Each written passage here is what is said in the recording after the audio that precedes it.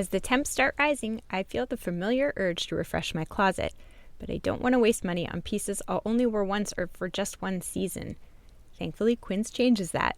Their clothes are timeless, lightweight, and far more elevated than anything else at this price. It finally feels like my wardrobe matches my standards.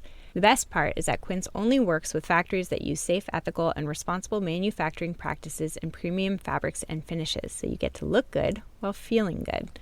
I'm pretty excited that I have upgraded my athleisure wardrobe for this summer.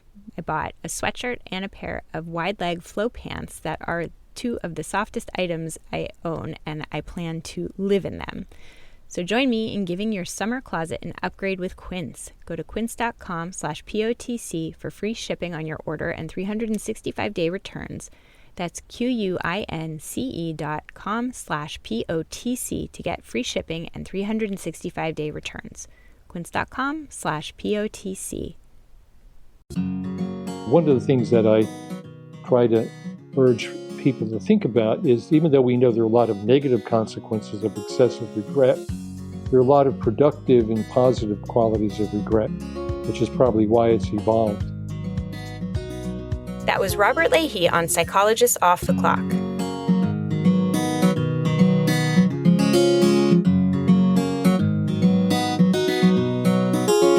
We are three clinical psychologists here to bring you cutting-edge and science-based ideas from psychology to help you flourish in your relationships, work, and health. I'm Dr. Debbie Sorensen, practicing in Mile High, Denver, Colorado, co-author of Act Daily Journal and an upcoming book on Act for Burnout. I'm Dr. Yael Schonbrunn, a Boston-based clinical psychologist, assistant professor at Brown University, and author of the book Work, Parent, Thrive. And from coastal New England, I'm Dr. Jill Stoddard, author of Be Mighty, the Big Book of Act Metaphors, and the upcoming Imposter No More. We hope you take what you learn here to build a rich and meaningful life. Thank you for listening to Psychologists Off the Clock. I'm here with Jill today to introduce an episode on the topic of regret, which is a really important topic that we should be talking more about because it contributes so much to the challenges that we have in making decisions. And in a sense, a lot of the field of mental health and well-being is really dedicated to helping people make good decisions about their behaviors, about their partner choices, about how they choose to organize their professional trajectories. And regret is one of these emotions that comes up that tries to protect our decision-making, but can sometimes hijack it. And so this conversation that I had with a very well-known psychologist, Robert Leahy, was a really thought-provoking conversation for me. And the book just really sent me into all sorts of deep thoughts about the function and role of regret in our lives. And so, Jill, I was curious what came up for you as you were listening. Yes, I totally agree. When I found out you were doing this episode, I was so excited because I had actually just taken Robert Leahy's webinar about regret for very similar reasons to what you just said, as I was seeing a lot of clients who really struggled in this area, both in terms of decision making because of the uncertainty of not knowing how something was going to turn out. And then what hadn't occurred to me that Leahy talks about in the interview, and he talked about in the webinar, is that there's like this anticipatory regret, like the fear that I might have regret down the road gets in the way of me being able to make decisions and move forward. And I thought that was just a really compelling and interesting layer that I hadn't really thought about in terms of decision making. And then the other piece that struck me is my clients, and I think probably me as well, we're sort of like conceptualizing regret as negative. I'll even tell you personally, like I have been known to say before, I don't believe in regret because, you can't get in the Wayback Machine. You can't go back and redo something. And every choice I've made, even if the consequences haven't been what I want, they've all landed me here. And I'm like happy with myself and my life and So, regret is pointless. That's sort of like the attitude that I had in my own life. And Bob Leahy really made me rethink that there are some real benefits to regret. And I think he even talks about the evolutionary nature of regret in the episode. And I just loved the way this episode made me totally rethink the construct. That's like my favorite thing that happens on our podcast, when I get to just think about something in a whole new way that I hadn't thought about before. And I really think listeners will get that from this episode. Yeah. It is funny how we can get very dichotomous about how we view experiences like regret, that they're all good or all bad, or that we should pay exclusive attention to the fear of regret, or that we should totally ignore it because it doesn't provide us any useful information. And he really does talk about the sweet spot of regret, of paying attention to it enough that it informs you, but also not getting so consumed by it that it paralyzes you. Another piece that I thought was refreshing, and I'm curious how people will feel about this, is the sense of tough love that comes with this conversation. And he basically says that part of what can contribute to a lot of regret experiences is this feeling like we should have better outcomes, that we should have all the things that other people have. And it feels like a little bit of tough love, but also it's sort of a reconnection to reality, that nobody has everything that they want, that everybody has made choices that have gone imperfectly. In fact, there's no way to have any choice go totally perfectly. That just isn't how real life works. And I'm curious for you as a listener, Jill, if that feeling of tough love came across. It did. And what it made me think of is when, sometimes we find ourselves saying, why me? When something bad has happened, why me? Well, the flip side of that is, well, why not me? Right? Like, who am I that bad things should only happen to other people and not to me? Life is hard and difficult things happen. And so that's kind of what it made me feel like, is sometimes we have these just kind of impossibly high standards for things. And I just thought, gosh, wouldn't we all just just have so much more peace if we could learn how to do things good enough, if everything could just be good enough, Yeah.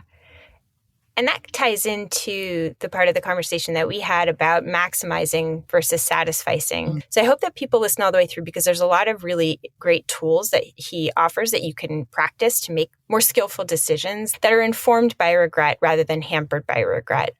So we hope you get a lot out of this episode. Robert L. Leahy is the founder and director of the American Institute for Cognitive Therapy in New York City. He's clinical professor of psychology and psychiatry at Weill Cornell Medical College and past president of the Association of Behavioral and Cognitive Therapies, the Academy of Cognitive Therapy, and the International Association of Cognitive Therapy. He is a recipient of the Aaron T. Beck Award for Outstanding Contributions in CBT, is the author of 29 books, and is a frequent keynote speaker and presenter of workshops worldwide. His new book is If Only, Finding Freedom from Regret. And I'm so excited to have him here to talk about it with me today. Welcome, Bob. Well, thank you, Yale, for having me on. It's great to meet you and to talk to your audience as well. You've had a long and distinguished career and have made so many valuable contributions, but I'm so excited about your new book because this topic of regret touches all of our lives. Your book has so many great quotes. I just wanted to start off with this one and then dive into defining what is regret and what can we do about it? What should we do about it? So you write, regret cancels out what is in favor of what could have been. What could have been becomes the enemy of what is true in your life. So that sort of gives us a hint as to how we can helpfully define regret. But I wonder if you can expand upon that. What is regret? We know it as a universal experience, but how do you define it most clearly? Right. So regret is a set of negative thoughts and feelings related to a decision that you've made or anticipate making. And it could be about something that you decide to do or decide not to do. So it's a combination of feelings, emotions like sadness and remorse, anger, anxiety, hopelessness. It's not just one emotion. It could be a whole range of emotions. And it's related to the thoughts that you have about your decision. So a person can regret that they married somebody or did not marry somebody, and they can have a range of emotions related to it. Yeah. So, and what's so interesting about regret, and it's both this thinking process and a set of feeling experiences. The other piece I'll kind of point out, which is really evident in your book, is that it can be reflective, so a decision that you've made in the past, or it can almost be anticipatory, this fear of regretting that really contributes to some of the challenges we have in making decisions. Right. Yeah. So, we as therapists are trying to get our patients to make decisions to change their behavior or to stop doing something.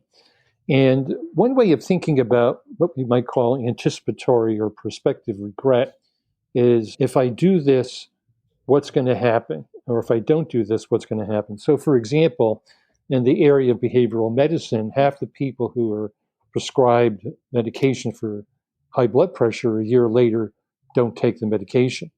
But the research shows if you ask them to imagine what they would be like if they have a stroke and they're paralyzed or they can't speak or whatever it is, it dramatically increases compliance. And the same thing is true for savings. So if you ask relatively young people, let's say people about 30, to think about what their life would be like when they're 65 and they have to live on their savings, it increases the rate of savings.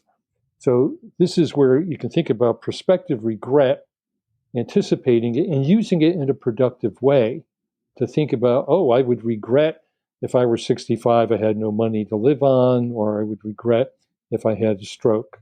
So one of the things that I try to urge people to think about is, even though we know there are a lot of negative consequences of excessive regret, there are a lot of productive and positive qualities of regret, which is probably why it's evolved. Yeah. So I want to talk a bit about that. But first, I wanted to just make mention of something that occurred to me as you were talking, which is that, so I and my co-host practice acceptance and commitment therapy, which is sort of one of the branches of cognitive therapy that has added into it some of these more explicit mindfulness strategies.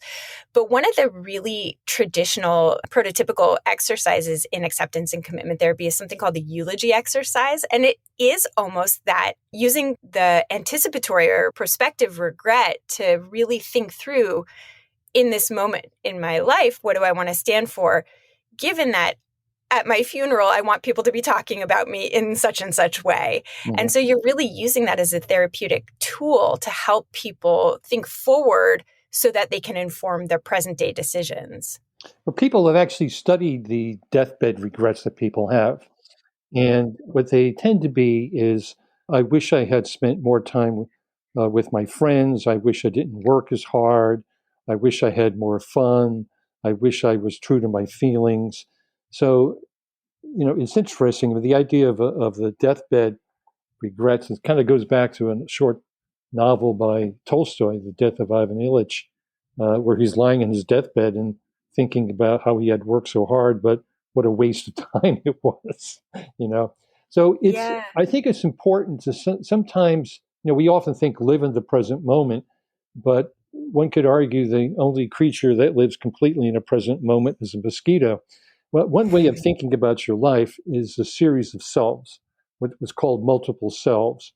So I can think of myself when I was 5 years old or 10 years old or 20. I can think of myself now. I can think of myself 10 years from now, whatever. And what we often do when we make decisions, we often think about the immediate self. For example, let's take the use of productive regret. People who overdrink or misuse drugs or who overspend or who act out sexually in dangerous ways, those people are focused on immediate gratification. If you were to ask yourself, look at your future self, like let's say 6 months from now, or a year from now, 10 years from now, what would your future self advise you to do? And this kind of multiple self concept is something that's used in philosophy and in behavioral economics, but it's something that I think we can use for people who are likely to make decisions that will lead to regret. I mean, one of the reasons why some people have a lot of regrets is they make very bad decisions. It's kind of like, if you are drinking all the time and you're 50 years old, you're going to probably regret, having a history of alcoholism because you'll have a lot of medical problems and failed relationships and a failed career. So thinking about multiple selves, thinking about what would my future self advise me to do. Usually your future self is not looking for immediate gratification. It's actually informed by the possibility of regret. Yeah. One thing that occurs to me as you're talking is that there are certain psychological disorders that are really associated with lack of contemplation about Right. Yeah. future Yeah. regret. And Yeah. then there's certain disorders that are really associated with Yep. rumination about regret. Yep. So like the anxiety disorders might have people really stuck in worrying about regret and feeling kind of paralyzed about making decisions. Whereas folks who are more likely to engage in impulsive, unhealthy behaviors might not have enough connection to productive regret. I absolutely agree. And yeah, I mean, so for example, we know that people who are bipolar in a manic phase don't anticipate regret. They think they can handle anything. They're playing to win at all costs. They think they're totally resilient. It's not going to backfire. People who overspend, people who act impulsively, don't seem to anticipate the regret that they'll have later. And I think, I mean, one of the things I describe in the book is that two opposite things can lead people to have more regrets. People who overestimate risk and so who never make a change. So those people, oh, anything I do is not going to work out. Like people who are depressed are very reluctant to make a change. So they have an overestimation of the risk and their inability to handle the downside. But on the other hand, you have people who underestimate risk, who spend too much money, who are unfaithful in their relationships, who act out, who are aggressive, who abuse substances. And so you have regret on both sides. It's not like there's one way of avoiding regret. You have to sort of think about, are you always playing to win at all costs? It sounds good, sounds very American. You're ambitious, you climb to the top and step on the people below. But that kind of way of living actually leads you to take enormous risks. I mean, you look at this story about this very, very brilliant guy who, without judging who he is, but he certainly took a lot of risks and he might end up going to prison for 20 or 30 years. And you have a lot of other people who speculate and take too many risks. But one of the things I describe in the book, though, are people who are afraid of taking risks, the depressive style of decision making. And the people who are depressed often think, almost by definition, they're pessimistic. But what they think is that if you have a scale from 0 to 100, where I'm really happy at 100, I'm at 20. So I'm really feeling pretty low. If I lose another 10, I may as well kill myself. So people who are depressed are very conservative in their style of decision making. They require a lot of information, they're risk averse, they look at the downside, and it makes sense. If you assume that I have few resources, I don't enjoy the positives that you might enjoy, I suffer the negatives more because I also add on regret and self-criticism. I can't stay in it. I can't replicate the behavior and persist. So you have styles of decision making that lead to more or less regret. And I think it's something that we need to contemplate. You can't just simply say, as a lot of people will say on social media, I don't regret anything because I made my decision. And I'm thinking, don't you learn from your mistakes? Don't you ever apologize to anybody? So it becomes it's far more complicated than sort of popular psychology might think it is.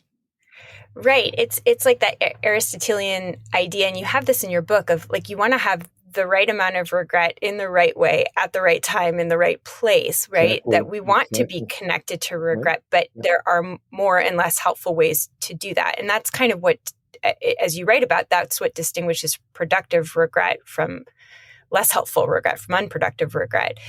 And so I wonder if you can maybe outline some of those differences. Like, how can we tell productive regret apart from unproductive regret? What are sort of the hallmark features? Yeah, so unproductive regret is that I recognize that I've made a mistake, uh, and I go into this unproductive series of thoughts. I recognize I make a mistake. I don't accept that it's okay to make a mistake. I then criticize myself for making a mistake. I catastrophize the mistake. I ruminate about it. And then I avoid things in the future. So unproductive regret is it's like you're learning how to play tennis and you hit the ball in the net, and your coach comes out, takes the racket, hands it to you, and says, Yale, hit yourself over the head 50 times. That'll teach you how to play tennis. That's not going to be a good way to learn how to play tennis. Productive regret is you do acknowledge that you made a mistake. You normalize and humanize mistakes. We all make mistakes in a full life. We all have mistakes. We all have regrets. You try to think about what you can learn from it. You develop a plan and carry it out. And if possible, one of the things that I think helps people cope with regret is what I call adaptive humility. Adaptive humility is, I'm a human being. No matter what I do, I'm going to make mistakes. I don't deserve any better treatment than anybody else. And smart people make mistakes. Smart people have regrets, but they learn from them and they make themselves better from them. One way of thinking about productive regret, and the cheapest way of using regret, is to use the regrets of other people. So when I look at some of the people I knew when I was in college or my early 20s, people who were abusing drugs and alcohol, and I thought, I don't want to end up like that, you know? So using the regrets that other people either have or should have, that's a great way. It's a very inexpensive way of using regret. You don't have to criticize yourself. You don't have to carry out the experiment and suffer the consequences. You can just simply observe. And I think that's it's a funny thing. We don't really focus on who would be the most adaptive role models, right? Like, for example, if we take the idea of adaptive humility, there's actually research on humility. People who have adaptive humility, I'm normal, make mistakes, I'm not perfect, I should apologize. People who have adaptive humility have better marital relationships and better friendships. But it stands to reason. They don't think they're right all the time. I mean, how many times have you done therapy with a couple or with a family where the major issue is somebody has to be right all the time, right? So, and apologizing is something that some people have a very hard time doing, but apologizing is a productive use of regret. I made a mistake. I'm sorry I did it. Try to make it up to you, to try to be a better person. And that's where we could use regret in a productive way. I love that. I love that concept of adaptive humility, that sort of recognition that, of course, you're not above making mistakes or not having the full information or not knowing, all the things that were important for you to know, and maybe even not knowing yourself and what was important, and recognizing that you're human in these ways that are not good or bad, but just human, allows you to figure out what to do in the moment rather than getting caught up in self-criticism or in trying to double down. Like right, prove that I'm right. An interesting question, though, is that if you're somebody who often feels uncomfortable about decisions because they feel final, right? You're sort of prone to regret and you question, like, was that the right choice? Was I considering the right and important things? So, but how do you know if it's important and actionable information, your thoughts and your feelings in that moment, versus fear of regret that isn't productive? And so, said differently, I mean, is there a time when, after you've made a decision, having gone through all the information, all the data, that it is okay to revisit a decision? Or is that just kind of getting caught in your own cycle? And how do you know when you're caught in that unproductive cycle versus when you're using regret productively? That's a good question. So first, what we know from the research by Gilbert at Harvard is that we predict far more regrets than we actually have in the future. The second is, generally speaking, whatever decision we make, like let's say you make a decision to move to a particular city or take a particular job or whatever, that we have this what's called the hedonic treadmill, that we think, oh, my life would be so much better if I'm in Boston or New York or LA, whatever. We basically find from the research, there's a lot of research on the hedonic treadmill, on the happiness area, that you basically return to your level of psychological well-being before the decision after a period of time. You sort of get used to it.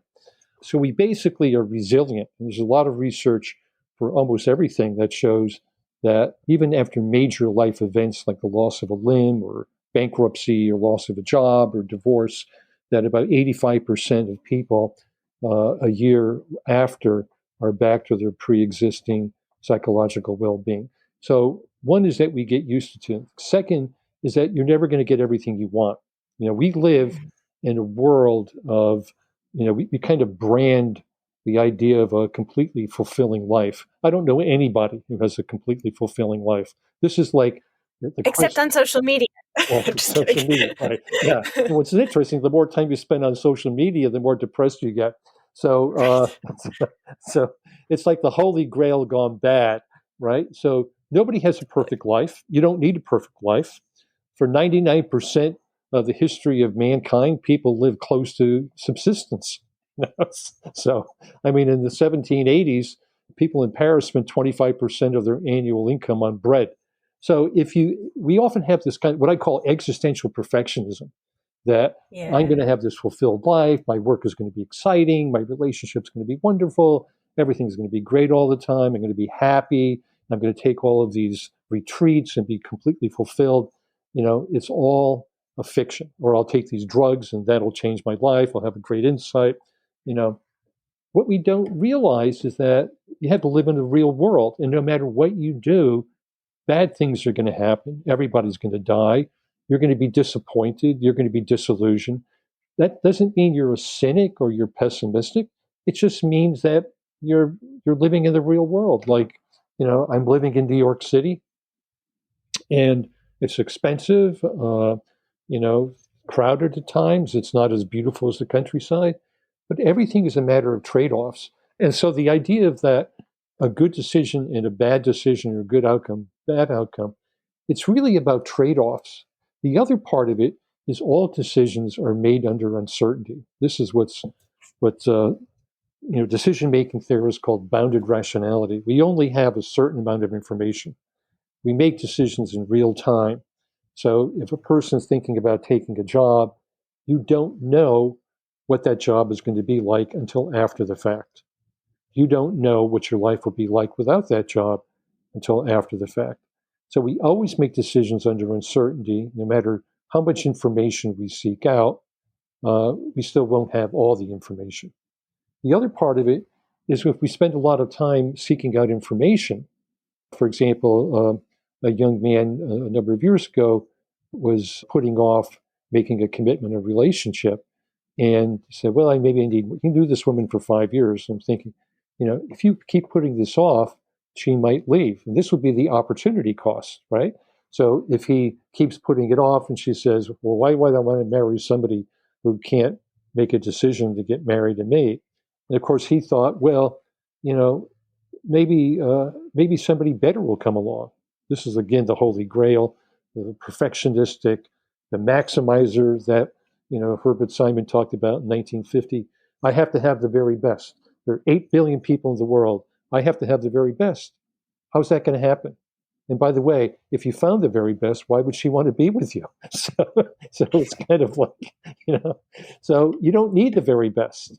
And this is where satisfying is so much more effective. It's kind of like,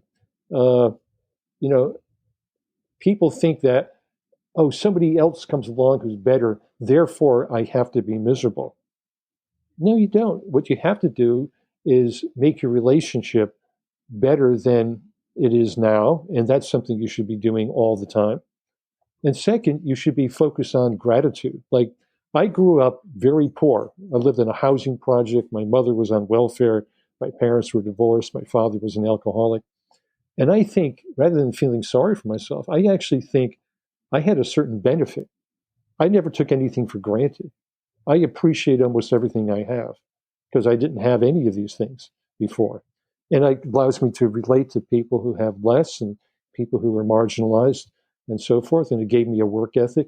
So you don't need everything that you can dream of. And I think this is what adds to the tendency to regret, is this maximization fantasy that, what we know from the research, Yale, is that people who are maximizers take longer to make decisions, they require more information, and they're less satisfied with the outcomes, which means they regret it more. And even in the objective case where they get a better outcome, they regret it because they're comparing it not to the better outcome, they're comparing it to the best thing that they can imagine at no cost. So we get ourselves caught up in this fantasy of like engineering our lives so we're going to be happy all the time. It's just not Oh, going to happen. yeah. I love so much of what you're saying, and I have so many thoughts, but when I just want to point out this maximizing versus satisficing framework that's talked about extensively in Barry Schwartz's awesome book, The Paradox of Choice, is one that I often recommend to clients. And those who aren't into books, I always recommend the TED Talk, and we'll link to it in our show notes, because we want the best outcome. And you talk about this bias of emotional perfectionism or existential perfectionism. And I do think we're taught that, if we're dissatisfied with the choice, that we should take that as information, like we should have something better. And then we get into this if only thinking. Yep. It reminds me a lot of a clinical situation that I see often, which is so I do a lot of couples therapy. And the reality is even the couples that don't come into therapy fight, right? Healthy couples fight. Conflict is a part of healthy relationships.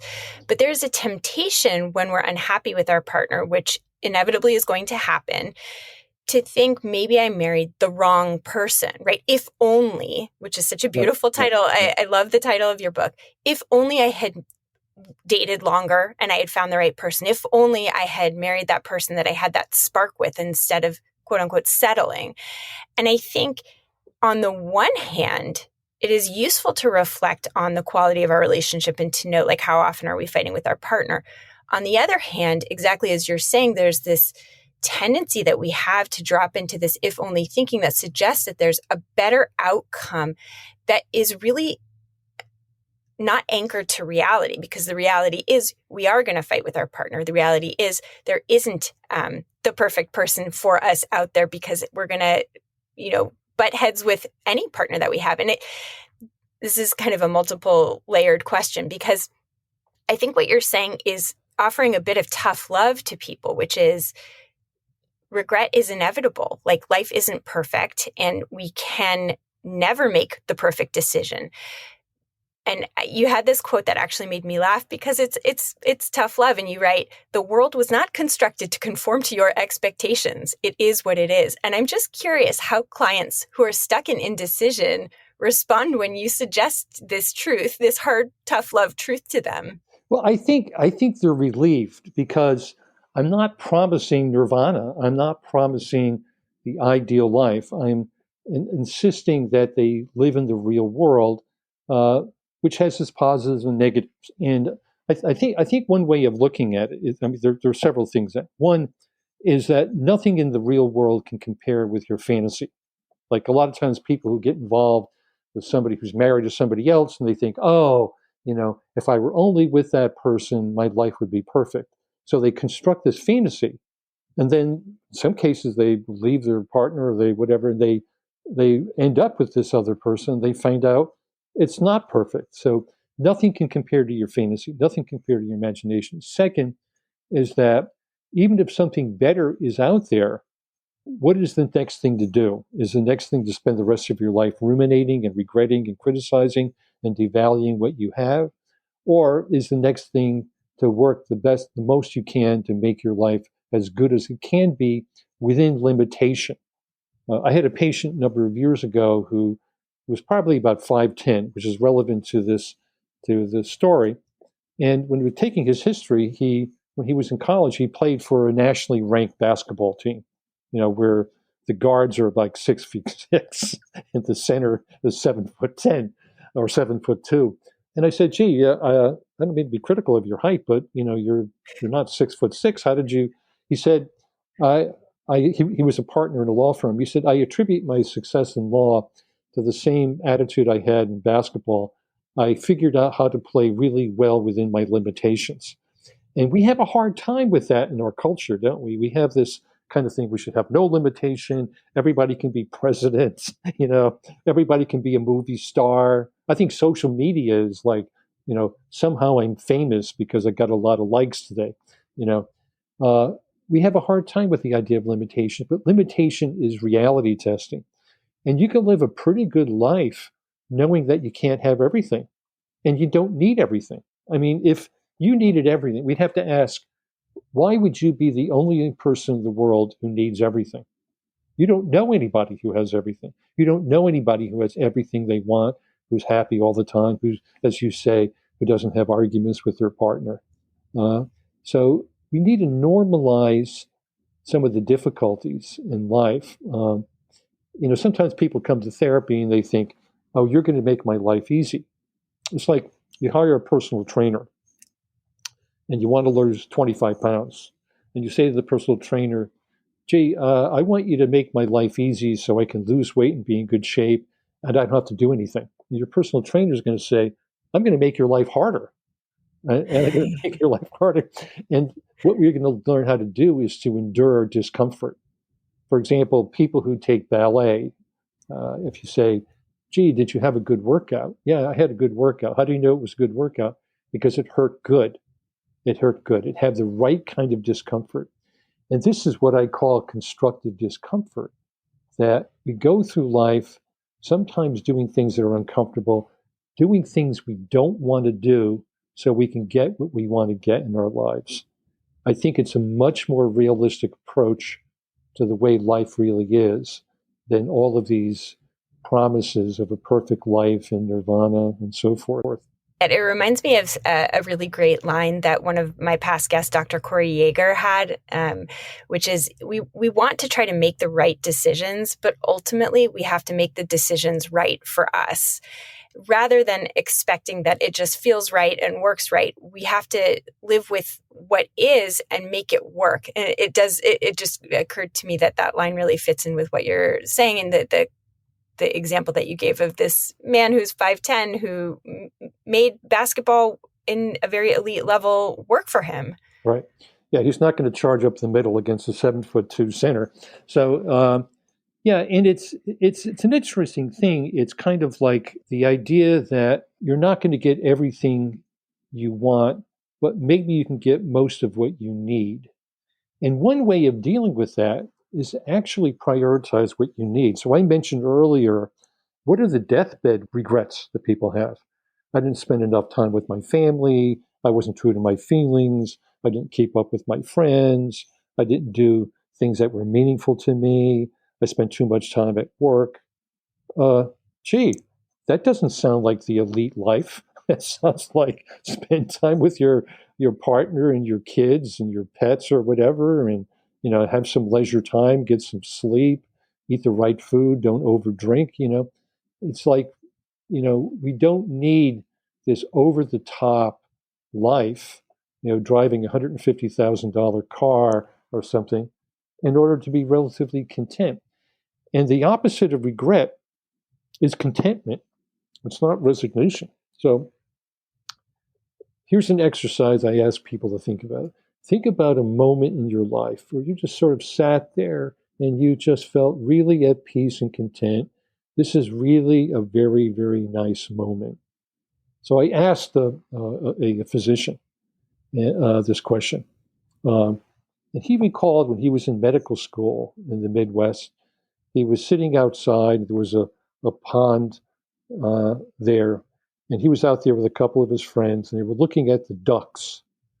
And he said, I remember that. That was such a pleasurable, content moment, the ducks. So that became the duck image for his contentment. That's the thing to aim for.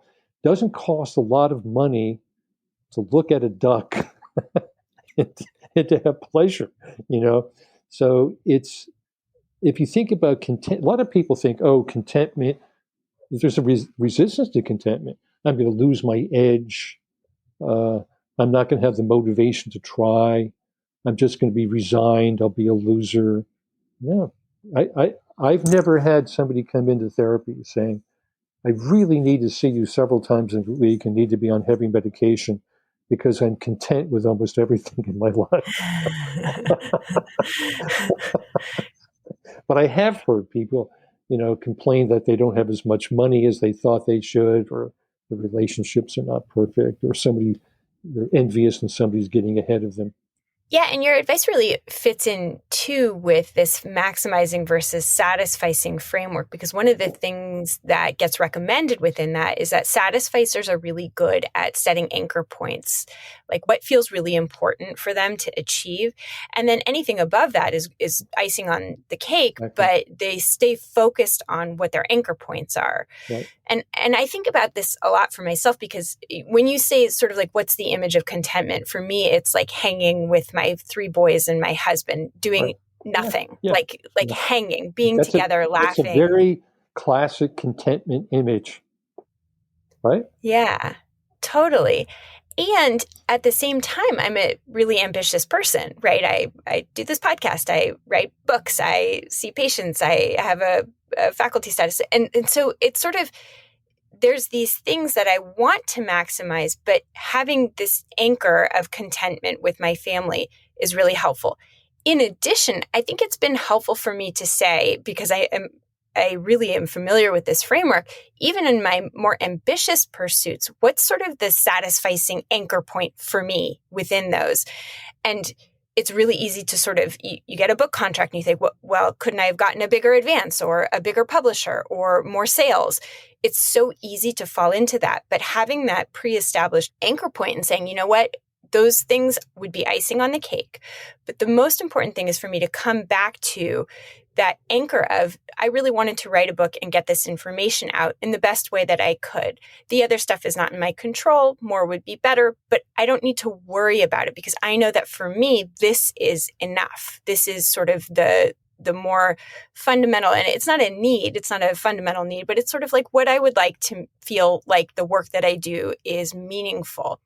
And rather than get swept away with all the additional maximizing kinds of things I could achieve, I'm able to kind of come back to that anchor point. Well, I think you got it. I think you have exactly the right idea. The idea of being grounded in adaptive humility, satisfaction, gratitude, appreciation, contentment allows you to try new things. I mean, it's kind of like if you're grounded with the kind of like universal image that you describe with your husband and 3 kids and just hanging out. If you're grounded, that already have that. Everything else that comes along is additional, but I don't really need it. It might be nice if I get it, but is it worth the effort? That's the other part of it. Some people have this kind of overvaluation of ambition. It's interesting. There's actually a history of ambition. So if you look back 500 years ago in Christian Western Europe, ambition was viewed as a negative thing. You were viewed as, in a way, selfish. The word narcissistic was not around, but that's exactly what it was. You were rejecting Jesus Christ, and you thought you were better than God. All of this kind of thing. There's actually a book on the history of ambition. It's quite fascinating. But today, if you say to somebody, "Oh, I'm not ambitious," you think, "What a loser! I don't want to be around that person. Maybe it's contagious." Yeah. Yeah. So, Oh, that's so interesting. but so if we think about people who overvalue ambition, you think about those deathbed regrets. I spent too much time at work. I didn't see my family. Didn't see my friends. People who are ambitious spend 70 hours a week working. Don't see their friends. Don't see their kids. Don't see their partner. Don't have leisure time. Don't get enough sleep. And they think, if I get this, I'll feel happy. And so they get whatever it is. They get tenure. They get a book contract. They get citations, whatever it is. And they're not happy. So they think, well, I need to do more of that. And while they're doing this receding reference point, reaching more and reaching more, reaching more, just a moment of satisfaction, then it's not enough, because it doesn't satisfy the human needs that you have, that you describe, Yale, with your husband and your 3 kids. That's a universal, from an evolutionary point of view, wouldn't it make sense to build in what you find the most content image, right? So the idea of reaching out and getting more grants or whatever it would be, the other things in life fall away. The human things in life, the things that we were evolved to find satisfaction with.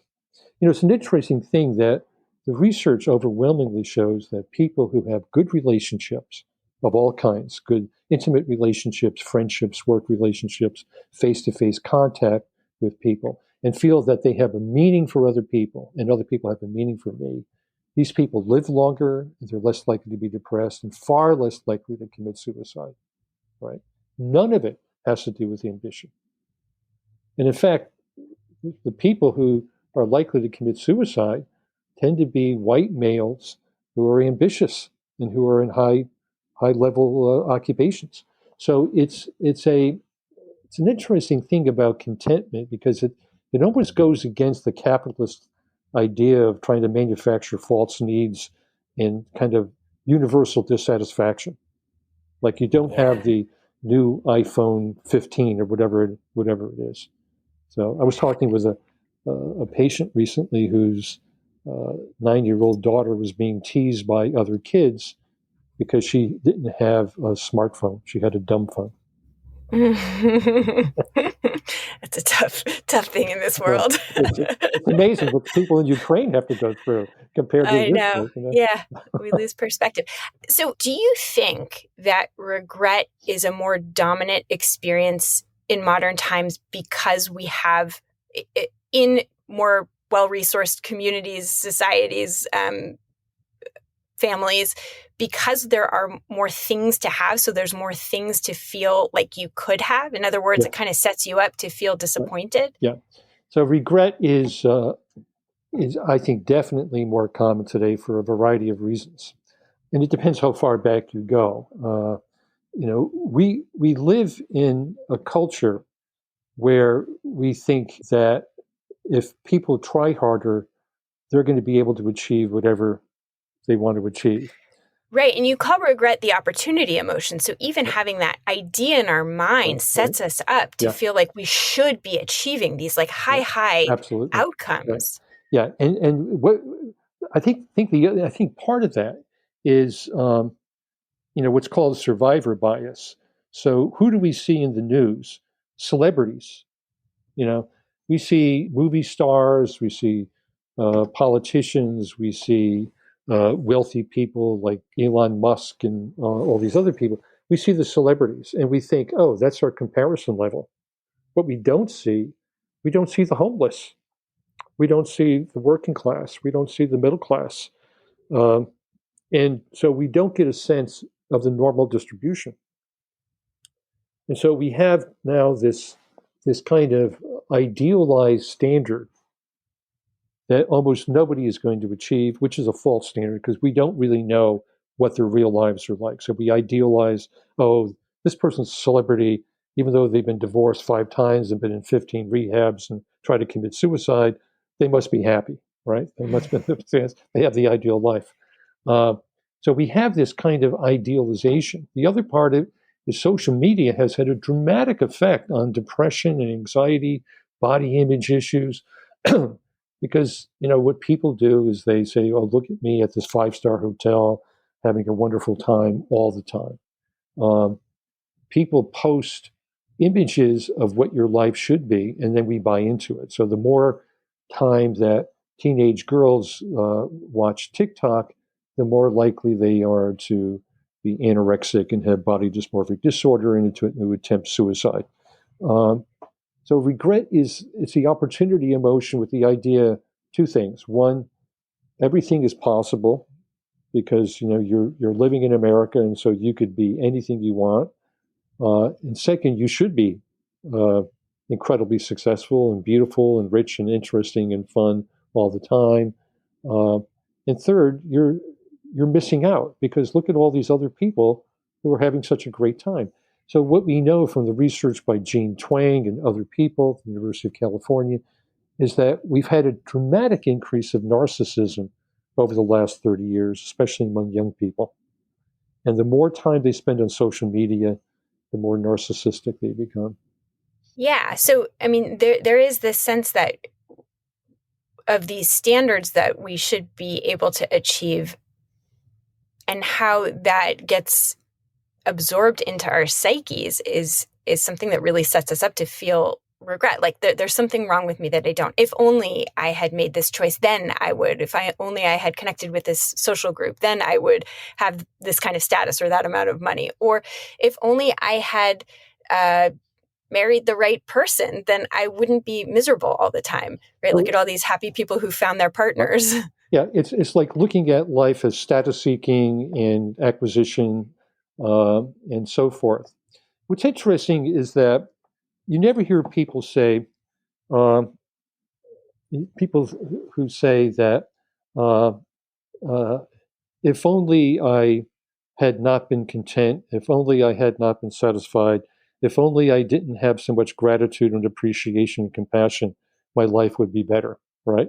It's like we know that toward the end of life, because that's what the end of life regrets are about. But we start, the idea of a career was kind of invented in the 19th century because people in America had many more opportunities. There was a labor shortage and people were needed for almost everything. And you had an increase of what we call white collar work in the latter part of the 19th century. So people were pursuing a career, which was a pathway in advancing. Everybody was racing in that direction. But if you think about the idea of contentment and satisfaction and appreciation and gratitude, if you think like one thing I've been interested in, I've written about is envy, and because I think we live in a culture with a great deal of envy. And I was talking with somebody once who, wasn't making as much money as he expected he would make. He was making a considerable amount of money compared to the average American. And I said to him, do you think there could be any people who could be envious of you? And it was like asking him a question, from outer space. I said, you have a wonderful relationship with your kids. You're divorced, but you have a wonderful girlfriend who you respect, who respects you, who loves you. You're physically healthy. You have a lot of friends. You have enough money to live on.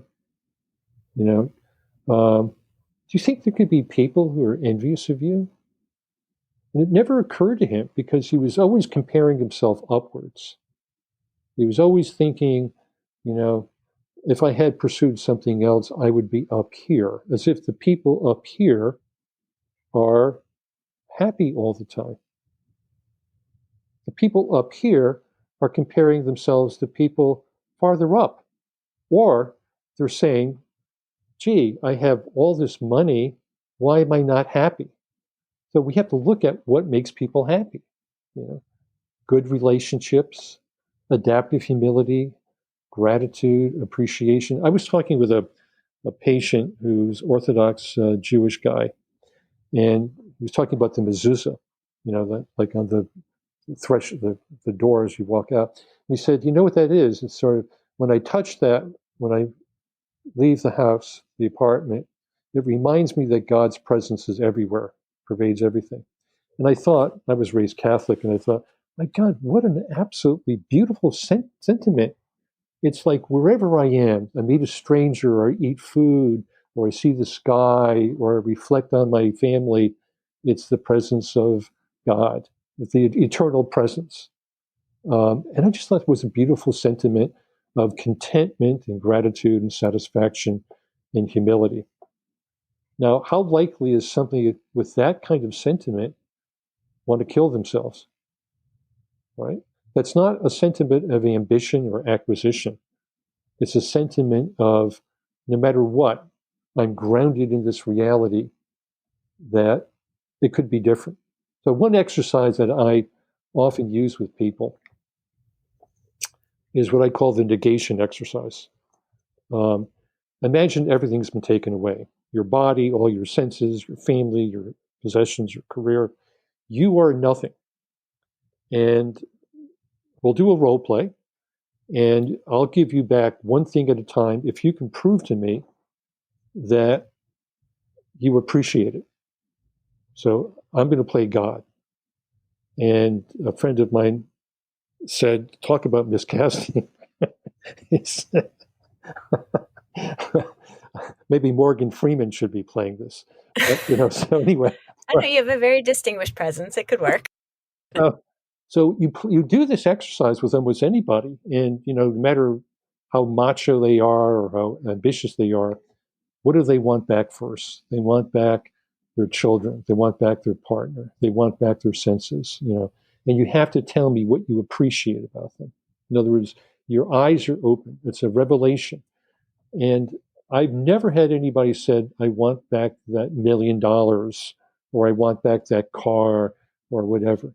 They want back the very fundamental things that are part of human nature: your senses, your ability to relate to your children and to your partner. And that way, if you practice negation, this is an ancient Stoic exercise from 2,000 years ago. If you practice negation, and then you imagine that your partner is gone, your kids are gone, but now you have them back because you appreciate them. Well, maybe you should be appreciating them on a daily basis. Yeah. I love that exercise. I love that exercise because it's such a way to reframe the things that we can get discontent with, right? Because we're doing these upward comparisons, and imagining that we've lost them just helps us to restructure kind of how we're thinking about them. And I am a huge fan of daily gratitudes, and I do very short meditations because that's what I feel like I can fit in. But I do 1 minute a day reflecting on something that I'm grateful for. And then I also try to do that at night before I go to bed. What was the most meaningful moment of my day? And I think building in practices like that is a way, if you're not religious, as I am not religious, of building in this habit that is more prescriptive that has in history been more prescriptive from religion, that we've kind of lost sight of in our secular culture. But I did want to kind of note, you spend a lot of time in your book talking about that if you do have regret, for example, that you're missing some of those more fundamental elements of what makes for a connected, meaningful life. For example, connections with people you care about, that you can use it in a productive way to guide behaviors going forward. In other words, that the upside of regret is that we can learn from mistakes, learn from what we're missing. We can self-correct, we can apologize, we can boost our own motivation, we can experiment in our mind, sort of thinking through using this negation technique or other techniques that you offer in the book, with thinking about what is it that I am really longing for, or what is it that I regret having it, put into my life that actually doesn't belong there. And so I wonder if you can talk about what you recommend for people who feel like a sense of regret but don't really know how to take action to make their lives more like what they think would make them feel satisfied. Well, it's I think one way of thinking about this is the concept that I propose of relative preferences.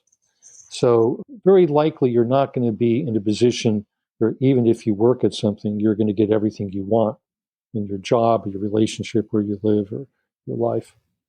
But the maximizing concept that I think drives a big part of our culture is one where we don't have relative preference. We have an absolute preference.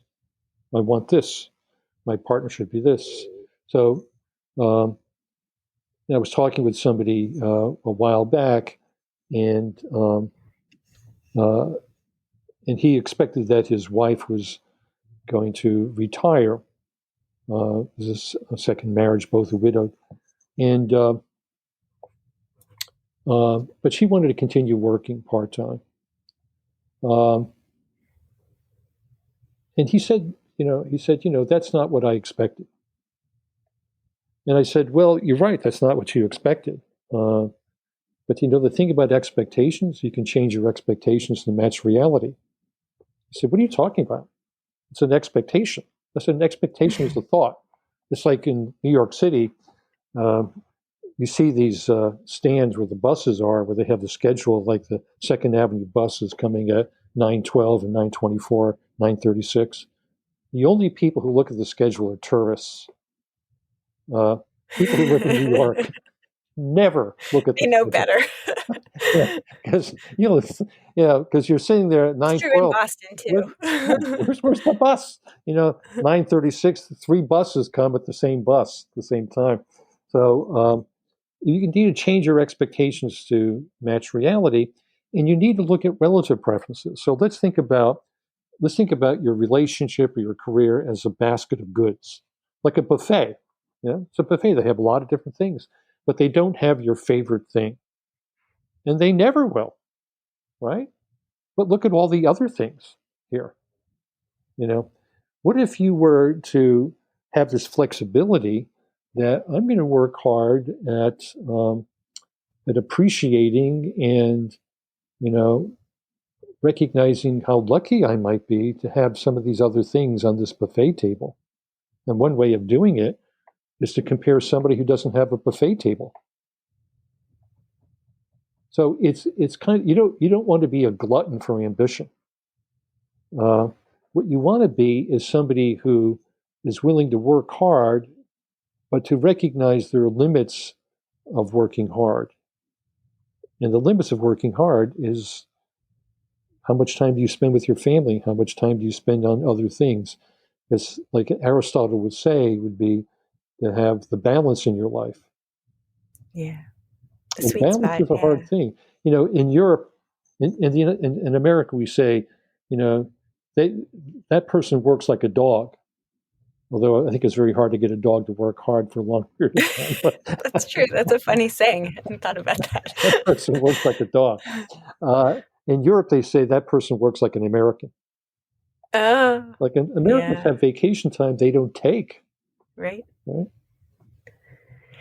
Yeah, I mean, it's interesting because I think so. When we're almost out of time, but I have so many more questions. But one of the things that it brings to mind is this idea of risk assessment that you talk about in the book. That decisions are a trade-off of risks, not the absence of risk. And my recent book was about working parenthood. And I talk about this in that context too, that we're looking to sort of like optimize both sides. And that's an impossibility. In fact, there's always trade-offs. And so really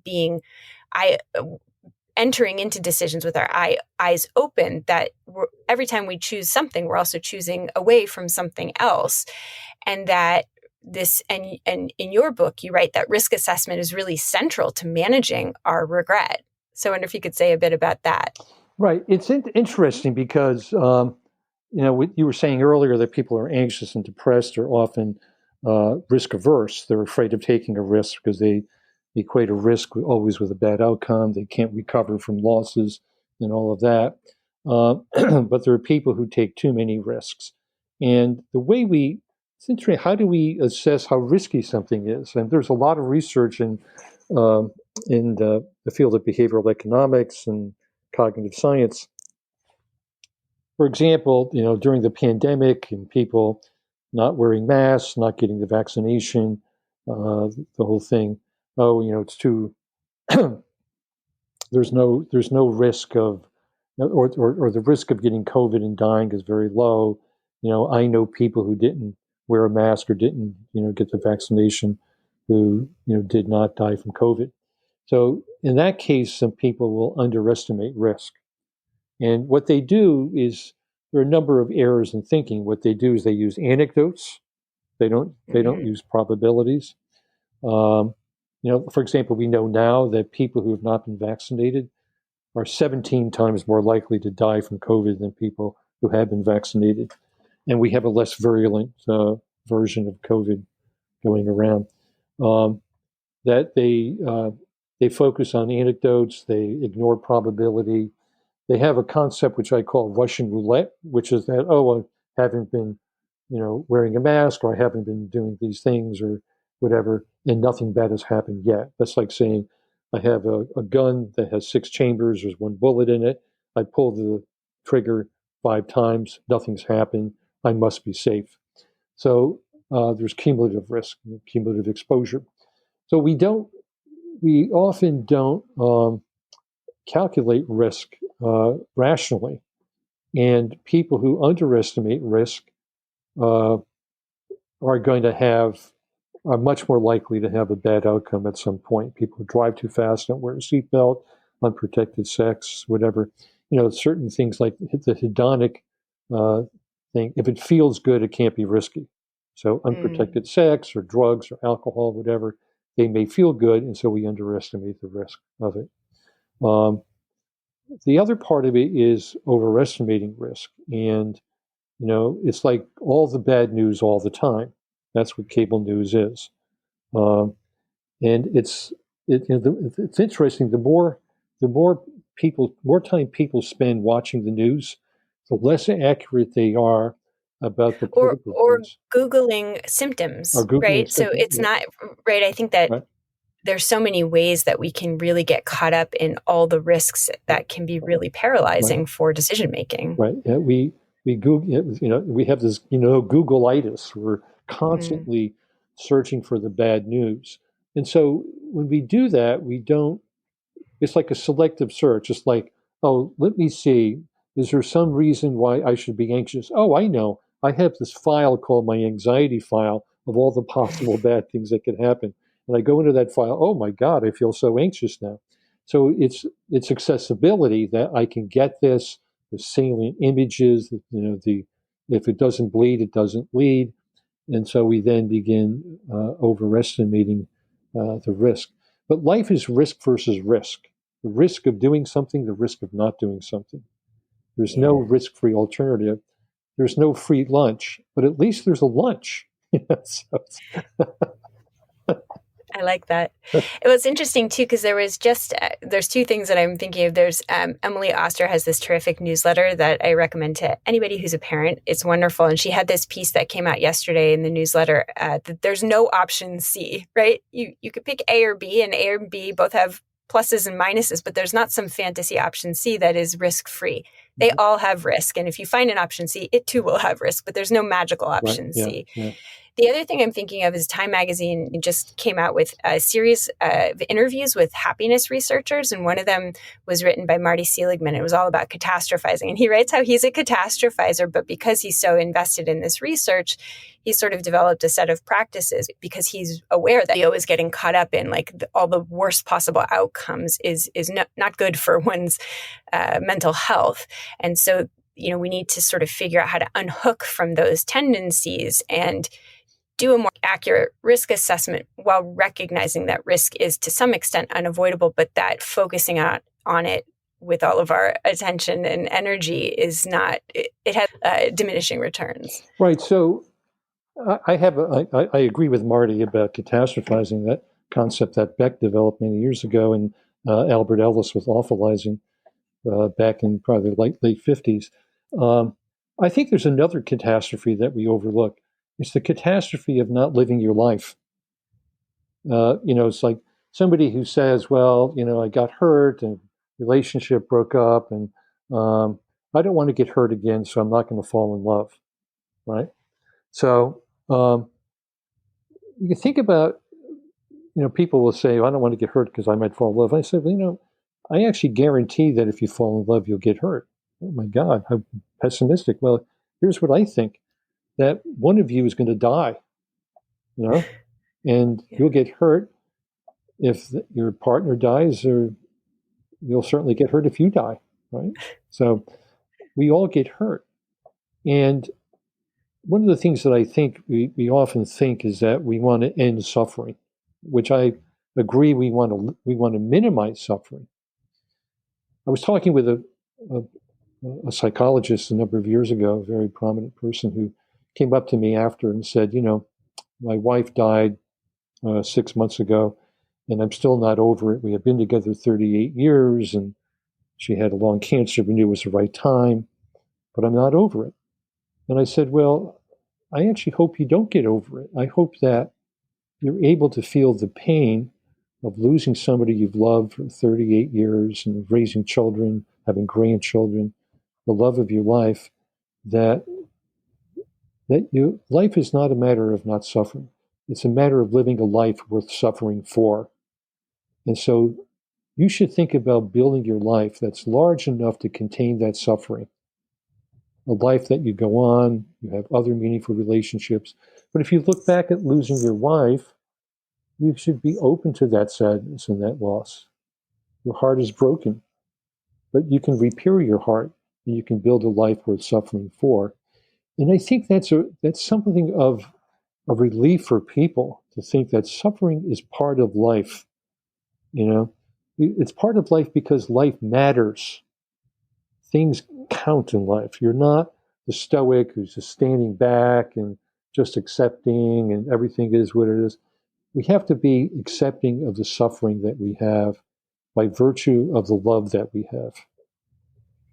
That's so beautifully put, and really at the heart of acceptance and commitment therapy too. And, makes me think of Viktor Frankl's work on making meaning from suffering. Suffering can't be avoided. And it's not a bug in the system. It's a feature. It's a part of being human. So I just really appreciate your work here. And I think that your tough love here is so important, right? To recognize that this isn't something we can avoid, but this is something we can do more skillfully. We can feel that regret and use it to prompt building the things that really matter and worrying less about the things that are just going to cause us to be in this vicious cycle of wanting but never feeling fully satisfied. So I really recommend folks pick up this book, if only, Finding Freedom from Regret. Where else can people find out more about you and from you? Well, they can come and visit me in New York. He'll be by the bus stop waiting. I'll be on the 2nd Avenue bus stop. You can go to our website, www.cognitivetherapinyc.com, and there's a lot of information on that. So it's great getting a chance to talk to you today, Yale, and I hope we covered a lot of things that you and your viewers will find interesting. It's a big topic.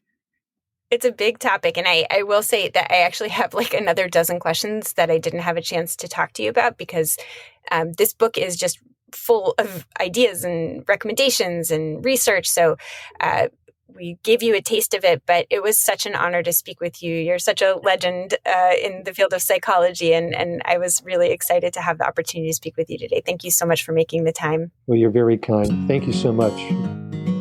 Hey, Psychologist Off the Clock listeners, I'm going to guess that if you got to the end of this episode, that you also love to geek out about books in psychology. If you don't know where to store all your books and people are already complaining that you talk about this book that you're reading all the time, then why don't you join us once a month to read a book together? If you're interested in joining us, we hope you are. Just send an email to offtheclockpsych@gmail.com and we'll send you more information. Thank you for listening to Psychologists Off the Clock. If you enjoy our podcast, you can help us out by leaving a review or contributing on Patreon. You can get more psychology tips by subscribing to our newsletter, and you can find us wherever you get your podcasts. We'd like to thank our strategic consultant, Michael Harold. This podcast is for informational and entertainment purposes only and is not meant to be a substitute for mental health treatment. If you're having a mental health emergency, dial 911. If you're looking for mental health treatment, please visit the resources page of our website, offtheclockpsych.com.